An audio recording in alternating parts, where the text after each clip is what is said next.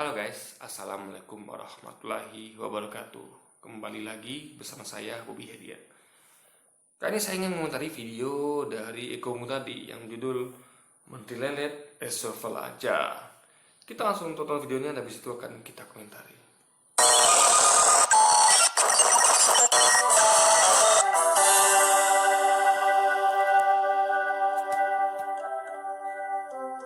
Beberapa kali Presiden Jokowi berbicara agak keras ketika rapat kabinet. Sepertinya ia agak kecewa dengan kinerja menteri-menterinya. Salah satu kekecewaan karena serapan anggaran yang rendah banget. Misalnya anggaran penanganan COVID-19 dari 695 triliun yang baru terserap cuma 19, sekian persen doang. Gue sih memahami kegundahan Presiden. Saat kondisi sedang babak belur begini, belanja pemerintah itu memang sangat dibutuhkan untuk menggerakkan ekonomi. Budget yang cair ke masyarakat berfungsi seperti bahan bakar yang akan menggerakkan mesin. Kekecewaan Jokowi itu beralasan, sekarang aja katanya 40% anggaran bahkan belum ada daftar isian proyeknya. Lo bayangin DIPA aja belum ada, gimana mau realisasi? Pada kesempatan lain, juga di acara rapat kabinet, Presiden Jokowi komplainnya lain lagi. Ia protes, sepertinya para menteri itu gak peka keadaan. Kondisi kita ini sedang menjelang krisis, tetapi cara kerja para menteri dan pembantunya masih menggunakan pola-pola yang lama. Gini guys. Sebenarnya kalau kita mau cerdas ya, yang milih menteri itu kan Pak Presiden. Ya, yang milih Pak Menteri itu. Nah, jadi itu pilihannya beliau sendiri gitu. Jadi ketika dia komplain kepada yang dipilihnya, ya itu sebenarnya tanggung jawab kepada beliau juga gitu. Misalnya saya milih orang-orang untuk membantu saya. Saya pilih si A, si B, si C. Ternyata mereka kerja nggak becus. Itu salah saya juga gitu. Berarti saya salah pilih orang. Gitu logikanya, kan? Itu kesalahan berpulang pada diri saya sendiri. Kenapa sih saya pilih orang-orang ini gitu kan? Apa saya nggak tahu kemampuan mereka gitu? Pas saya nggak tahu mereka, itu tuh bukti saya gagal milih orang. Itu logikanya guys. Jadi nggak bisa salahkan sebenarnya pada orang ini gitu ya. Kan yang punya kuasaan dan hak untuk milih orang itu kan adalah presiden. Jadi beliau kenapa milih orang-orang itu gitu? Jadi ketika Anda menyalahkan orang-orang itu, menteri-menteri itu, ada juga salahkan yang memilihnya gitu. Berarti beliau tidak pandai memilih orang. Itu logika sederhana seperti itu guys gitu. Nah, dan ini bukan masalahnya satu-satunya aja, ada banyak masalah. Bagi ketika menteri dipilih setelah kegaduhan ya. Eh, apa dahulu misalnya kayak Menteri Susi itu ketika dahulu ada pencuri ikan tuh kapalnya dibakar atau dibom. Menurut saya guys itu bagus sih untuk membuat jerah tapi kan faktanya kan masih terus berulang. Jadi solusinya sebenarnya gampang guys. Itu udah tepat, melakukan penangkapan udah tepat, tegas udah tepat. Tapi ya bagusnya itu kapal dimaafkan untuk nelayan lokal gitu. Jadi nelayan lokal ini punya punya lawan sepadan untuk melawan pengaruh dari nelayan asing itu. Mereka punya kapal yang tadinya jadi dialih fungsikan sehingga mereka bisa menangkap ikan gitu kan. Jadi lebih baik daripada dibom atau dibakar. Nah, lalu banyak lagi yang lain guys, ya yang dulu ada, saya ingat betul loh, ketika Menteri Pertanian mengatakan zaman beliau presiden kita ini juga gitu kan, beliau mengatakan ada Menteri Pertanian mengatakan dulu, Menteri Bulog mengatakan gudang kita penuh gitu.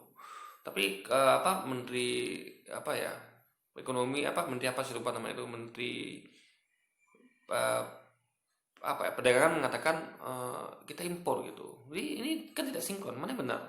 Gudang penuh, logikanya kan nggak perlu impor lagi, tapi ini dia terus impor gitu. Nah itu kan ada masalah di situ kan. Dan banyak masalah lain yang baru-baru ini Menteri Agama lagi kan mengatakan suatu hal yang ya menyinggung publik umat Islam. Lalu juga Menteri pendidikan gitu, Menteri ekonomi juga. Jadi intinya adalah beliau ini banyak salah pilih menteri guys, itu masalahnya kan. Ini berbeda dengan zaman sebelumnya yang memang ada kesalahan sedikit, memang ada reshuffle tapi nggak separah sekarang gitu kan. Masa sekarang ini luar biasa gitu. Dan ingat, kita terpuruk bukan hanya ketika terjadi krisis, sebelumnya kita sudah mulai ada tanda ke sana. Jadi kita ini sebenarnya ketika krisisnya kita terpuruk itu bukti kalau pondasi kita nggak kuat sebenarnya ya kan? Sehingga kita terpuruk begitu dalam seperti ini gitu. Disentilnya gini, work from home malah kesannya kayak cuti, itu kata Presiden. Kita tahu bukan hanya Indonesia yang didera kondisi seperti ini. Seluruh dunia juga mengalami problem yang sama menjelang krisis ekonomi. Jika pemerintah tidak mengambil langkah yang tepat, kita akan terlilit masalah di kemudian hari. Dari jumlah hutang juga sudah sangat mengkhawatirkan guys, jumlah dolar yang nurun gitu. Jadi hutang kita ini sangat kita takutkan, kita concern itu udah berapa ribu triliun gitu kan, 5.000 atau 6.000 atau 7.000 triliun, saya lupa apa, saya udah lupa gitu kan, lupa ingat. Itu sangat berbahaya. Itu kan anda bayangkan anda punya rumah tangga, punya utang sebanyak itu. Jadi utang anda lebih besar daripada pendapatan anda per tahun gitu, ya kan. Ini luar biasa. Dan utang anda itu ingat bunganya berbunga ya, utang berbunga. Nah, itu berbahaya sekali guys ya. Keluarga saya itulah keluarga yang nggak punya hutang gitu. Jadi saya namakannya. Jadi semakin besar hutang suatu entitas, itu bisa orang atau negara, itu sangat berbahaya guys ya. Semakin tinggi tingkat hutangnya itu sangat berbahaya, apalagi mata uang juga jatuh gitu kan. Jadi intinya adalah utang ini termasuk masalah kita juga gitu. Jadi kalau kayak saya rumah tangga kan, itu kan pakar keuangan selalu menganjurkan kalau pertama kali dapat pendapatan tuh alokasikan dahulukan dulu untuk bayar hutang, kan selalu begitu. Bayar hutang dulu, itu didahulukan dulu, baru kita yang lain-lain gitu. Nah sementara pemerintah kita terus menambah hutang gitu. Bukannya ada pendapatan difokuskan untuk bayar hutang, tapi malah nambah hutang. Ini sama kayak keluarga yang ini kan perencanaan keuangan sangat menwanti-wanti ini. Ketika dapat pendapatan, pertama kali dilakukan adalah membayar hutang, bukan menambah hutang guys. Ini benar-benar lampu kuning buat Indonesia. Kondisi saat ini nih ibarat menjelang badai, tapi para kelasinya, para anak buah kapal masih santai-santai aja di geladak. Nanti kalau badainya keburu menerjang, baru mereka kelabakan. Biasanya sih udah telat. Nah ini sama kayak kemarin, ya kan. Ini kan kayak Kungu tadi dan teman-temannya mengatakan santuy aja, biasa saja gitu. Ya santuy aja lah ibaratnya kan. Ini sebenarnya Eko tadi ini sedang menyindir dirinya sendiri gitu. Kalau dia tapi nggak sadar karena itu. Dia kan sekarang kan udah telat nih. Ketika dia baru sadar, korban ada 60 ribuan loh. Ingat dulu tuh saya ingat betul ya, awal-awal tuh masih 1.000-2.000 tuh korbannya. Sekarang udah 60 ribuan. Udah sama kayak Italia ya guys. Dulu Italia kan 60 ribuan, ya kan. 60 ribuan tuh masuk besar loh guys. Karena play record tuh kan 100.000 lebih gitu.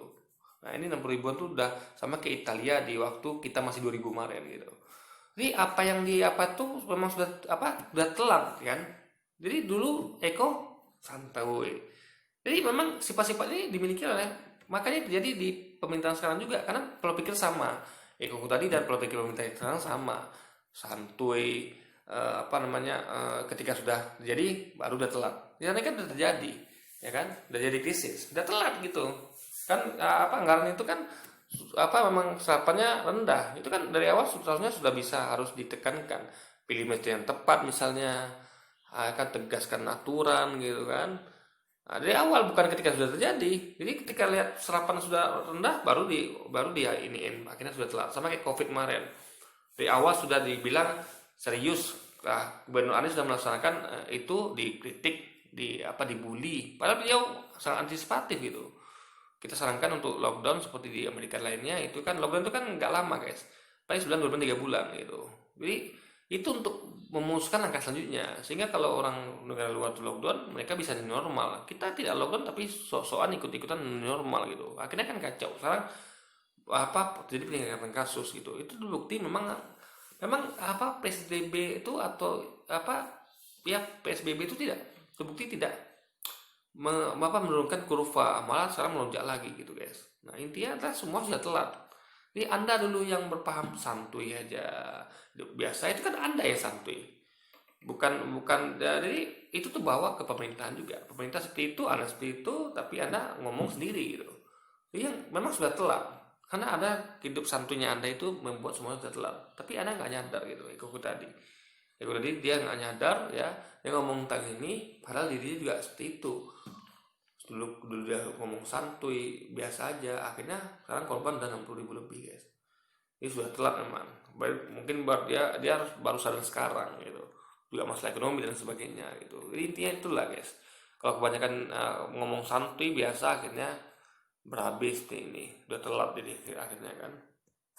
Gue rasa sih kekecewaan presiden sudah nggak cukup lagi disinyalkan dengan marah-marah di sidang kabinet. Perlu ada langkah konkret. Kalau memang harus reshuffle, ya lakukan. Menteri-menteri yang nggak perform, ya dicopot aja. Mungkin tepatnya bukan nggak perform, tetapi cara kerjanya yang nggak cocok menghadapi krisis. Tapi reshuffle itu memang bukan perkara mudah. Reshuffle dalam sistem politik Indonesia saat ini seperti hajatan besar. Kondisi ini akan menarik banyak pemain ikut cawe-cawe memanfaatkan peluang. Apalagi ini kan masa jabatan keduanya Jokowi. Kita tahu dong, karena konstitusi kita hanya mengizinkan seorang presiden menjabat 2 periode. Jadi risikonya pada periode kedua, powernya itu makin menurun. Wajar sih, karena kan nggak menjabat lagi nanti. Kan peluangnya udah nggak ada. Lo tahu kan di Amerika Serikat, presidennya juga maksimal 2 periode. Justru powernya akan meningkat. Kenapa? Karena dia sudah bertahan 2 periode gitu guys, ya kan? Kita ngomongin mengenai power saat itu, bukan power nanti gitu. Power yang sekarang itu guys, itu sangat kuat sekali karena beliau sudah 2 periode gitu. Kalau semakin lama orang menjabat, dia akan semakin dapat power di situ. Itu harus dipahami ya, logika itu. Bukan semakin lama menjabat dia malah turun powernya, tidak. Powernya akan meningkat. Ya kan, ini nggak berhubungan dengan nanti apakah terpilih lagi apa tidak. Karena toh terbukti walaupun cuma 2 periode, tapi periode kedua tuh belum tentu dia terpilih gitu. Ya kan? Jadi intinya adalah power, logika standar adalah ketika usia jabatan bertambah, dia akan semakin tingkat powernya akan tinggi karena dia makin dia makin kuat pengaruhnya di situ gitu. Itulah logika sebenarnya, bukan nanti dia cuma 2 periode, nanti dia nggak pilih lagi, tuh nggak masuk dalam logika guys. Nah, biasanya pada saat presiden menjabat pada periode kedua, dikenal dengan istilah kutukan periode kedua. Biasanya tuh dukungan politik berkurang. Partai-partai yang tadinya mendukung malah pasang kuda-kuda sendiri untuk mencari patron baru.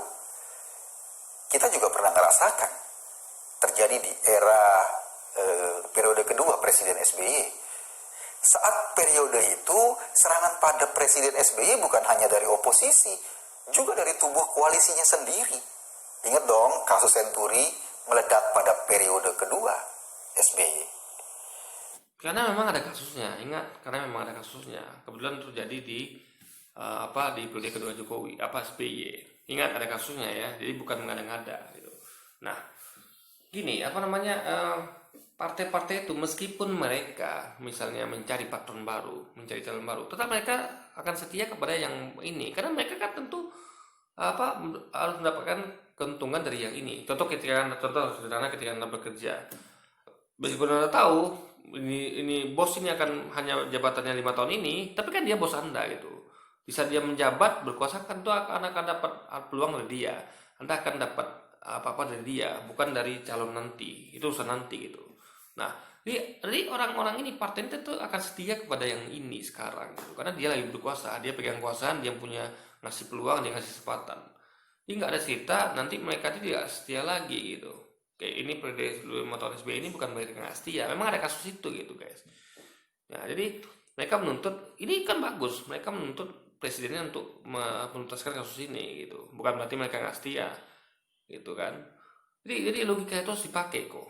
Nah, harus paham logika itu, siapa menjabat dia yang pegang kuasa dan semua orang akan tunduk pada dia, ya orang-orang berkepentingan tentunya, karena menguntungkan bagi mereka, karena dia lagi berkuasa, dia lagi pegang uangnya, lagi pegang APBN, dia lagi pegang kekuasaan, lagi pegang segala fasilitas itu dia megang gitu, bukan calon nanti gitu. Nah, makanya patron yang baru nanti itu memang mereka cari-cari, tapi tidak, mereka tetap bergantung dan tetap setia pada yang sekarang. Jadi ketika ada masalah bukan berarti mereka nggak setia, mereka berkritik itu bukan berarti mereka setia, mereka justru setia tuh maka berkritik. Mereka nggak mau presidennya itu dianggap jelek oleh masyarakat karena tidak mampu atau tidak mau mengurusi masalah yang ada di bangsa ini, maka mereka kritik gitu kan. Tentu mereka sayang pada presidennya gitu. Jadi jangan dikatakan setiap kritik itu adalah suatu hal yang apa ya, suatu hal yang dalam artian membenci presiden pemimpin, tidak. Tapi karena mereka sayang dan mereka tentu apa namanya, bukan bukan mereka mencari, tapi mereka tetap setia pada yang sekarang, karena itu demi keuntungan, demi fasilitas dan segala macamnya guys.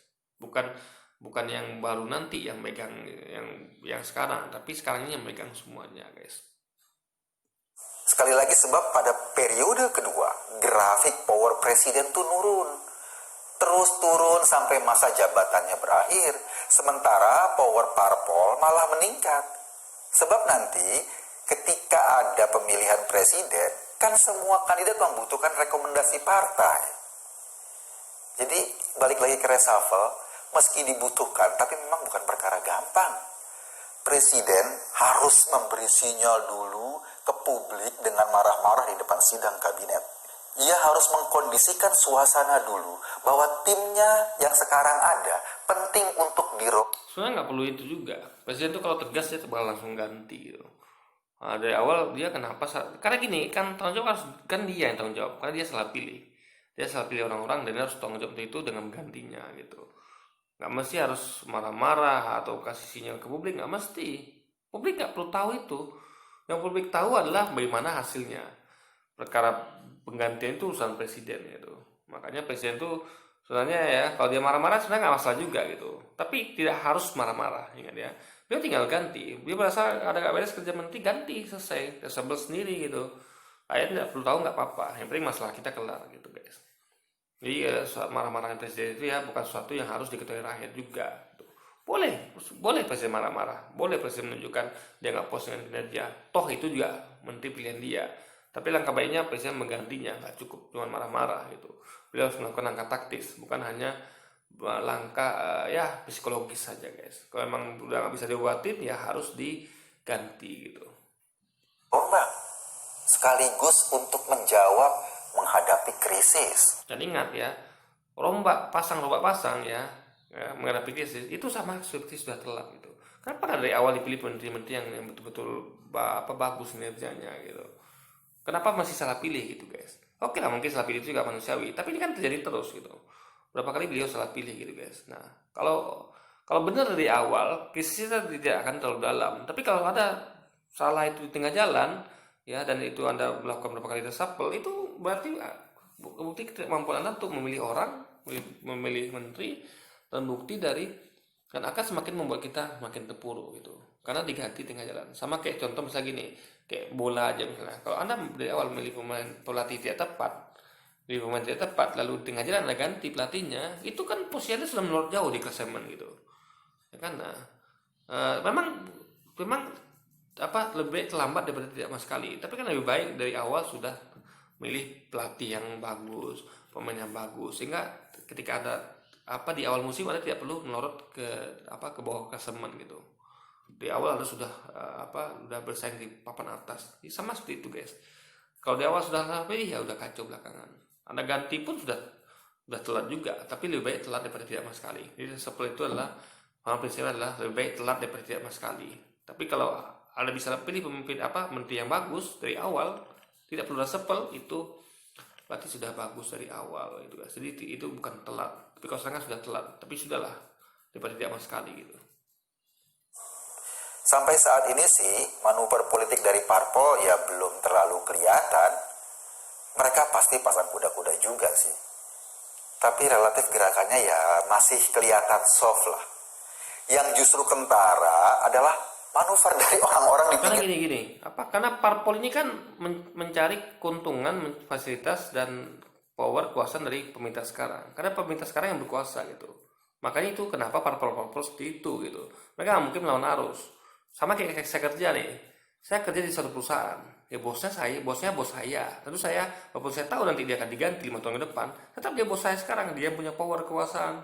Saya nggak mungkin main sama dia. Saya nggak berani mengkritik dia gitu. Saya nggak berani untuk aneh-aneh sama dia. Yang berani kan orang di luar sana gitu. Misal perusahaan saya jadi penyimpangan nih, perusahaan saya misalnya. Ya, misalnya dia melanggar melanggar apa ya? Ya intinya melanggar AMDAL lah, lingkungan, atau misalnya dia buang limbah gitu kan, saya kan kerja di dalam, saya nggak berani memprotes karena itu kan berbahaya bagi jabatan saya, bagi fase saya di perusahaan itu yang saya dapatkan itu. Nah, yang berani kritik siapa? Orang luar, kan mereka nggak ada sangkut pautnya, mereka nggak ada urusannya dengan perusahaan itu, mereka tidak mendapat gaji di situ gitu. Nah, makanya wajar ya kalau dikatakan sini adalah manuver dari orang pinggir lapangan, karena mereka punya kekuasaan, mereka punya kemandirian, mereka punya apa namanya, punya kedaulatan, karena mereka tidak bekerja. Parpol ini kan bekerja pada ada di dalam sistem pemerintahan parpol ini, sehingga mereka, makanya posisi itu guys, itu mereka karena memiliki posisi berani, karena mereka tidak punya tidak punya punya hubungan yang secara menguntungkan dengan penguasa gitu. Nah, makanya penilaian objektif sebenarnya dari orang luar, dari orang-orang yang dituduh ini. Itu baru mereka penilaian objektif. Karena mereka tidak ada sangkut dengan kekuasaan, mereka tidak mencari hidup dari kekuasaan, mereka tidak melakukan proses kekuasaan, sehingga mereka bebas berdaulat gitu. Mereka tidak punya peluang untuk takut dipecat, peluang untuk takut disingkirkan, disapel tidak ada. Maka mereka bebas berbicara. Itulah orang-orang yang jujur. Dengan orang-orang dalam yang kayak saya, misalnya saya bekerja di suatu perusahaan, saya nggak mungkin ngomong saya terus menjaga lidah saya sehingga saya tidak menyinggung bos saya, sehingga saya rentan dipecat atau dikurangi fasilitasnya. Beda dengan orang luar sana guys. Nah, itu logika seperti itu. Jadi bukan karena ini mau periode kedua atau apapun itu, tidak gitu.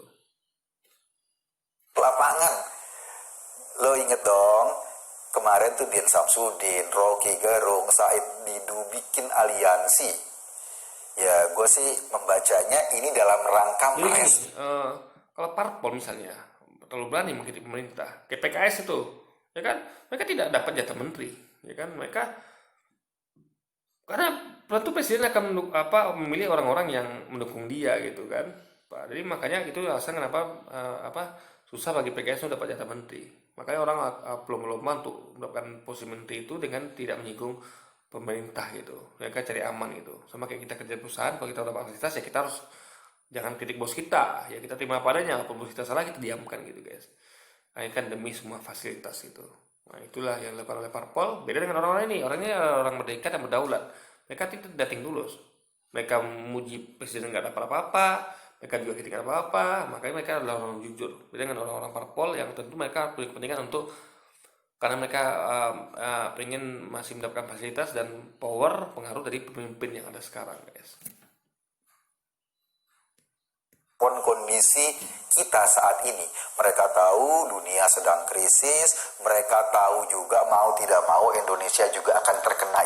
Tapi Indonesia krisis sudah sejak COVID loh guys. Ya, kita udah angkanya udah ke sana. Pertumbuhan ekonomi kita sangat rendah gitu. Utang kita makin besar. Ya, kita merugi. Banyak indikator lain sebelum COVID ini terjadi, kita sudah diambang krisis juga gitu. Nah, dengan ada corona ini ya, kita terbukti fondasi kita lemah sehingga kita seperti ini gitu. Kalau fondasi kita kuat, kita nggak terpuruk seperti sekarang ini guys, nggak terlalu terpuruk seperti sekarang ini. Berarti terbukti fondasi kita memang nggak kuat. Imbasnya mereka tahu presiden butuh mengganti kabinetnya, mereka juga pasti tahu. Dan ingat, kayak tokoh seperti Rocky Gerung itu dari awal ketika pemerintah guys, ya. Ini bukan hanya sejak sekarang aja, gitu. Jadi mereka dulu udah mengkritik kinerja pemerintah gitu. Ini bukan hanya hubungannya dengan sekarang ini, mereka tahu harus kabinet. Enggak, mereka sudah sejak lama kritik pemerintah gitu. Dan kritik mereka tuh masuk akal dan semua terbukti. Semua yang mereka kritik itu semua telah terjadi sekarang dan terbukti. Bahkan sebelum terjadi COVID-19 ini sudah terbukti guys. Itu artinya ada sedikit keriuhan politik. Jadi mereka mau nunggangi keriuhan itu. Nah, di keriuhan itu Loh, enggak, ini mereka sudah, ini ada tokoh-tokoh seperti Samsudin, Rocky Gerung, itu sudah lama mengkritik pemerintah gitu. Jadi mereka bukan sekarang aja mereka mengkritik. Jadi kalau dikatakan mereka mereka berselancar, ini salah besar. Karena mereka sudah berselancar sejak awal pemerintah ini berdiri, guys.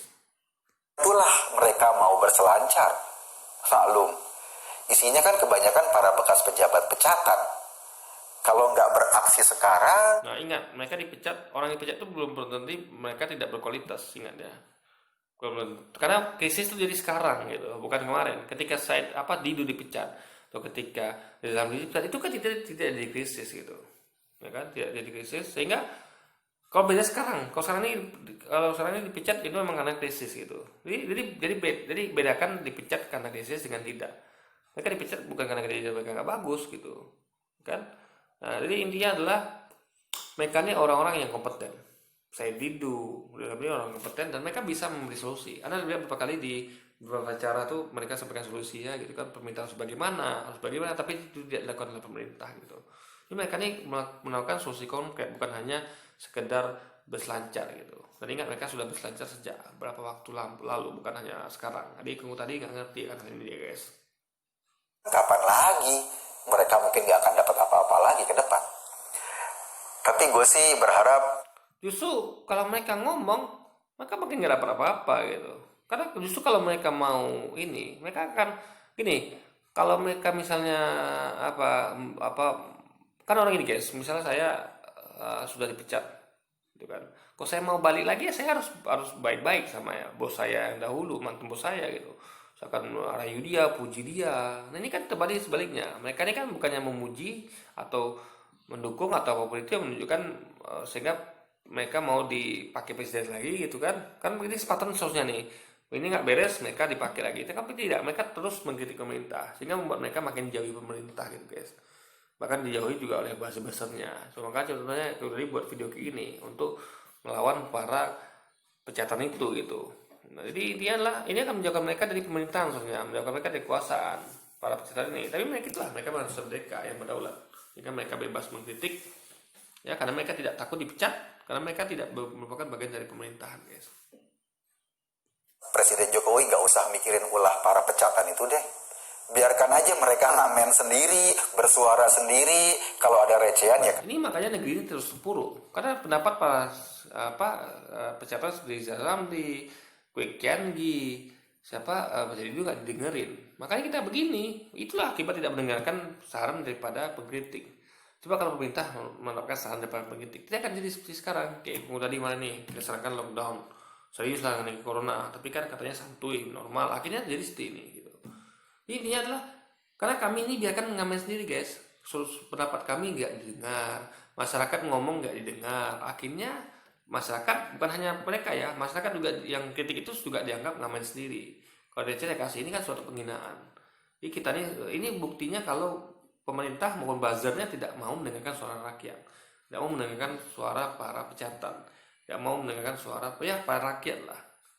Kita disuruh kan kata-katanya kan biarkan aja, biar mereka ngamen sendiri. Kalau dia kasih ini kan suatu penghinaan. Jadi kita nih rakyat tuh ya nyanyi aja lah, kritik aja lah, tidak akan didengarkan gitu. Ada cuma pengamen yang kalau kalian tuh apa kasih recehan malah. Ini kan menghina kasih recehan guys. Soalnya kan kalau ada orang begitu itu didengarkan, dilaksanakan gitu. Kalau bagus dilaksanakan gitu. Ini tidak dianggap sebagai pengamen gitu guys. Bahkan perlu dikasih recehan itu. Ini kan suatu penghinaan. Ini bukti negara ini buzzernya pun pandangannya tidak demokratis gitu. Tidak mau mendengarkan suara aspirasi publik. Malah dianggap kita ini pengamen dan dikasih uang receh lagi. Ini suatu penghinaan guys. Kalau nggak ada duit receh ya cukup lambaikan tangan. Apa aja ya? Kan gampang. Iya gampang, makanya negara ini kan terus terpuruk. Orang-orang pendapat orang rakyat tidak didengar, solusi dari para ahli nggak didengar gitu. Akhirnya negara ini akan terpuruk terus.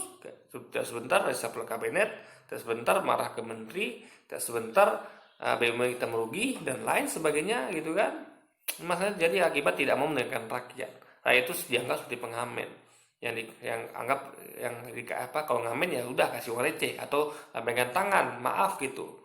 Maaf, kami tidak mau dengar suara rakyat gitu kan. Kami merasa lebih hebat dari rakyat. Akhirnya jadi seperti ini. Ini salah siapa? Akibat tidak mendengarkan aspirasi kritik dari rakyatnya, guys. Kita kembali pada isu reshuffle. Secara objektif, isi kabinet sekarang memang perlu dirombak. Kita objektif aja. Bukan untuk rekomposisi bagi-bagi kursi ke partai, tetapi karena kita sedang menghadapi tantangan besar. Dan faktanya nanti partai-partai kan berebut untuk meraih dukungan gitu guys. Ini mau nggak mau akan terjadi gitu. Sama seperti kemarin waktu awal-awal itu kan ada partai yang protes. Kenapa kami jatah menteri cuma sedikit gitu. Karena menteri itu adalah keuntungan, akan menaikkan nama partai dan akan menaikkan keuntungan bagi mereka gitu. Nah, jadi Jadi sekali lagi ini akan partai-partai kan berebut gitu. Partai-partai tentu yang enggak, partai-partai yang apa yang saya katakan itu nggak seperti PKS ya. PKS itu dia punya giroh yang kuat gitu. Dia tetap di posisi gitu. Dia tidak tertarik pada jabatan. Dia tertarik adalah perubahan Indonesia gitu. Mereka tidak peduli pada kekuasaan, dalam artian mereka tidak peduli pada posisi menteri. Yang mereka inginkan adalah menyampaikan aspirasi rakyat. Nah, partai PKS inilah yang harus kita pilih ke depannya gitu guys. Kita sedang memasuki turbulensi yang luar biasa. Indonesia butuh orang-orang yang luar biasa agar bisa menghadapi krisis. Jadi Pak Jokowi, yakin saja. Ya yakin ini kan dari dahulu, yakin ekonomi akan meroket 6% lebih, yakin akan ada mobil SMK, yakin akan bakal gini begitu, faktanya nol besar. Jadi yakin-yakin itu udah sejak awal beliau memimpin udah yakin-yakin terus guys. Ya, tadi pun yakin-yakin ini juga nyampaikan udah lama. Jadi ya yakin aja tapi faktanya tidak ada gitu. Jadi yakinan itu hanya berhasil pada fantasi semu guys. Kami tuh masih percaya Anda bisa membawa bangsa ini menghadapi krisis. Kami dari awal udah nggak percaya gitu. Jadi Eko tadi nggak belajar dari pengalaman. Apa yang jadi pada 6 tahun ini dia nggak belajar. Udah banyak jadi masalah negeri ini, tapi dia terus saja yakin dan percaya. Jadi ya memang ini tingkat apanya sangat kuat guys. Tingkat dia ini termasuk die harder, pendukung die harder itu, jadi pendukung keras setia gitu kan. Tapi kesetiaan dia itu tidak membuka hasil minimal sampai saat ini gitu. Yang membayang di depan mata. Jika diperlukan mengganti para menteri, ganti. Lakukan reshuffle, maju terus dan yakinlah. Ya itu terus reshuffle ganti gitu. Gimana? Jadi kemajuan itu kan dari awal harusnya gitu. Jadi sakit dahulu baru diganti. Udah sakit dulu baru diganti. Kalau gini nggak pemberesan negeri ini. Dari awal tuh soalnya udah milih menteri itu yang tepat gitu. Jangan salah pilih menteri. Itu guys. Ya, reshuffle tuh hanya mengobati penyakit sudah ada. Kita kan perlunya menjaga dari penyakit. Dan ini penyakit sudah terjadi dan diobati dengan reshuffle gitu. Nah, itu pun kalau reshuffle, kalau enggak berarti kan tetap seperti ini terus gitu. Jadi seperti lagi ya keyakinan ini hanya semu gitu. Kita butuh konkret, bukti konkret, bukan hanya sekedar keyakinan yang tidak pernah akan terrealisasi hasilnya guys. Di saat seperti ini, kami hanya ingin meyakinkan bahwa dukungan kami nggak akan berkurang. Sama seperti saat kami mendukungmu di periode Iya, udah berkali-kali jatuh masih juga didukung gitu kan. Ini adalah terbukti pendukung die harder gitu. Nggak peduli pada apapun jadi bangsa ini, mau krisis maupun itu ya, pemimpin tetap maunya yang itu gitu. Paling ini kan terbukti kan, bangsa ini kan krisis kan termasuk karena andil besar para pemimpinnya gitu. Karena pemimpin lah yang bertugas untuk mengelola negeri ini gitu. Kalau negeri krisis berarti salah siapa? Nggak mungkin rakyatnya, karena bukan rakyat yang mengelola tapi pemimpinnya guys. Jadi inilah makanya udah jelas seperti ini kondisinya masih juga percaya gitu. Ini kesalahan terbesarnya situ guys. Kalau kita kan jelas kalau kinerja nggak bagus kita nggak percaya. Sama kayak menteri ini kan itu kan kinerja nggak bagus ganti. Kenapa nggak ganti sekalian sama pemerintahannya gitu? Yang memilihnya juga diganti gitu. Jadi inilah logika mereka nggak masuk akal guys. Mereka pengen menterinya diganti, padahal menterinya kan milih pemimpinnya, presiden gitu. Tapi mereka tidak ingin yang milihnya ini diganti gitu. Sama kayak misalnya gini, kayak ada bos salah pilih orang nih, ya kan? Bosnya gantian juga seharusnya gitu. Tapi mereka bilang bosnya nggak salah, saya tetap percaya kok bos cuma salah pilih orang ya. Salah pilih orang kan udah berbukti ketidakmampuan beliau untuk memilih orang, gitu guys. Kenapa pilih orang seperti ini gitu? Ini ketidakberdasaraan itu sumber pada pemimpinnya sebenarnya. Ya, menteri-menteri itu dia hanya ekses. Karena toh mereka pilihan sang presiden gitu. Jadi ini aneh bagi saya gitu. Mereka tidak percaya pada menterinya, tapi percaya pada presidennya. Menteri itu yang milih presiden gitu. Ini logika yang bagi saya nih sangat absurd guys, logika ini. Jadi ketika dia Eko semangat untuk ganti gitu kan, yang memilihnya kenapa gak diganti sekalian gitu? Karena itu sumber masalahnya dari situ gitu. Ya, yang kadang menteri ini dipilih oleh pemimpin yang tadi gitu guys. pertama dulu. Ayo Pak Jokowi, lakukan sesuatu, ambil keputusan. Saat ini kami membutuhkan pemimpin-pemimpin yang tegas karena kami menghadapi gelombang yang dahsyat. Pimpin kami mengarungi badai krisis ini. Yakin saja rakyat Indonesia. Iya, rakyat Indonesia yang mana gitu kan. Bahkan banyak survei itu pendukung beliau sendiri pun sudah nggak percaya lagi gitu. Hanya segelintir tersisa yang masih percaya, yang die harder itu, yang nggak peduli dengan apapun jadi pada negeri ini. Yang mereka anggap salah itu ya menteri-menterinya. Yang mereka tidak melihat kalau sebenarnya salah itu terletak pada pemimpinnya. Yang salah dalam menteri yang nggak ngerti dan tidak mau mendengarkan kritik rakyat. Ya, buzzernya aja menganggap, apalagi pemimpinnya ya, buzzernya menganggap ini rakyat ini yang ngasih aspirasi itu seperti orang ngamen, perlu dikasih uang receh gitu, bukan didengarkan suaranya, kasih uang receh, kalau perlu gunakan lambang tangan dan bilang maaf gitu. Maaf rakyat, kami tidak mendengarkan suara anda tuh cuman masuk telinga kanan keluar telinga kiri, akhirnya negeri ini akan terus berada dalam kondisi krisis ya kan, akan sulit keluar, akibat rakyatnya hanya dianggap sebagai para pengamen yang perlu dikasih uang receh, dan kalau perlu cuma lambaikan tangan bilang maaf, kami tidak mau mendengar suara anda gitu. Kami hanya mau mendengarkan pikiran kami sendiri gitu. Pikiran rakyat itu gak penting karena kalian hanya pengamen. Itulah pendapat pikiran yang ada di buzzernya seperti itu tadi. Dan juga itu pasti juga di lain juga seperti itu. Buzzer lain bahkan pemimpinnya juga yakin berpikir seperti itu. Makanya pendapat Reza Ramli itu tidak pernah didengar. Akibatnya kita negara ini akan terus dalam krisis karena tidak mau mendengarkan aspirasi dari rakyat ya, apalagi orang-orang yang ahli yang tentu berada di luar pemerintahan. Oke guys, jadi mungkin sekian dulu video kita kali ini. Sampai jumpa lagi di video-video selanjutnya. Wassalamualaikum warahmatullahi wabarakatuh.